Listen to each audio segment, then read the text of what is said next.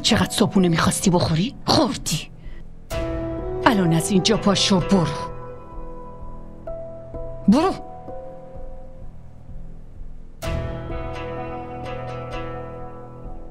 برو. حالا لازم نیست از کسی بترسی. با من حرف بزن. به من نگاه کن. حمزه با تمام وجود پشتته. نه، حمزه منو سر این میز نشوند. اگه اون بگه برو منم میرم. هرچی الان گفتی فکر کردی و گفتی؟ یا از دهنت در اومد؟ فکر کردم و گفتم.